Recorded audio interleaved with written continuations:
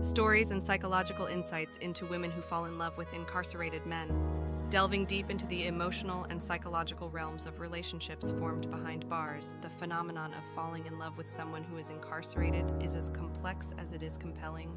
This narrative isn't just about romance, it's about the psychological underpinnings that draw some women towards partners who are physically absent and often involved in serious or minor criminal activities.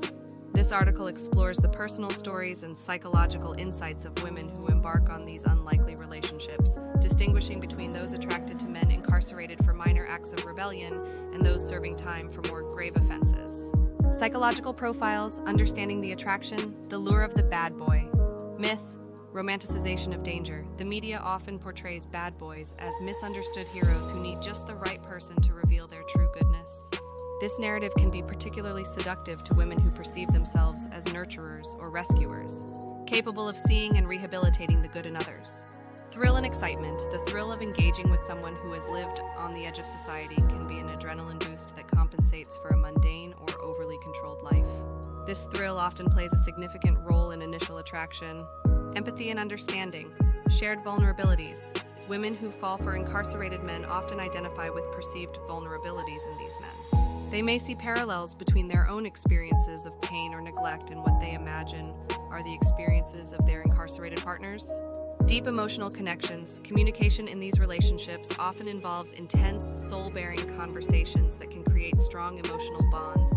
Women may feel that their incarcerated partner truly understands them, perhaps more deeply than anyone else. Exploring stories from the inside case study. 1. Love and minor transgressions. Background. Jane, a 34-year-old teacher, began writing to Mike, who was serving a 2-year sentence for minor drug possession. Their correspondence started through a community outreach program. Attraction factors. Jane was drawn to Mike's honesty about his past and his articulate expressions of regret. She felt a deep empathy for his struggles with addiction, which mirrored her brother's battles. Outcome. Their relationship blossomed by the time Mike was released. With Jane's support, he entered a rehabilitation program, and they are now engaged. Jane believes that her love and support have been pivotal in Mike's recovery. Case study 2, the pull of major offenses. Background. Lisa, a 29-year-old graphic designer, fell in love with Tom, a convicted murderer, through an online forum discussing justice reform. Tom was serving a 25-year sentence. Attraction factors. Lisa was initially drawn to Tom's insightful comments on the forum. As they began corresponding, she felt moved by his apparent remorse and his efforts at self-education and self-improvement behind bars. Outcome. Despite the deep emotional connection they developed, the relationship faced intense societal judgment. Lisa struggles with the stigma and the real fears about what their future could hold once Tom is released. Differentiating the psychological dynamics attraction to minor versus serious criminals, minor acts of rebellion, relationships with men incarcerated for minor crimes often focus on redemption narratives. These men are usually not perceived as inherently dangerous, making societal reintegration and relationship stability more plausible. Serious crimes. Relationships with those who have committed serious crimes involve complex psychological dynamics, including attraction to danger, martyrdom complexes, and sometimes codependency issues. These relationships can be psychologically consuming and often face significant external challenges, including severe societal stigma. Navigating the emotional landscape. Challenges faced.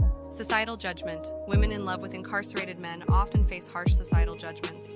Friends and family may distance themselves, and the women may face stereotyping and discrimination. Emotional strain. The uncertainty of the relationship's future, especially with partners who have long sentences, can be a significant source of stress and anxiety.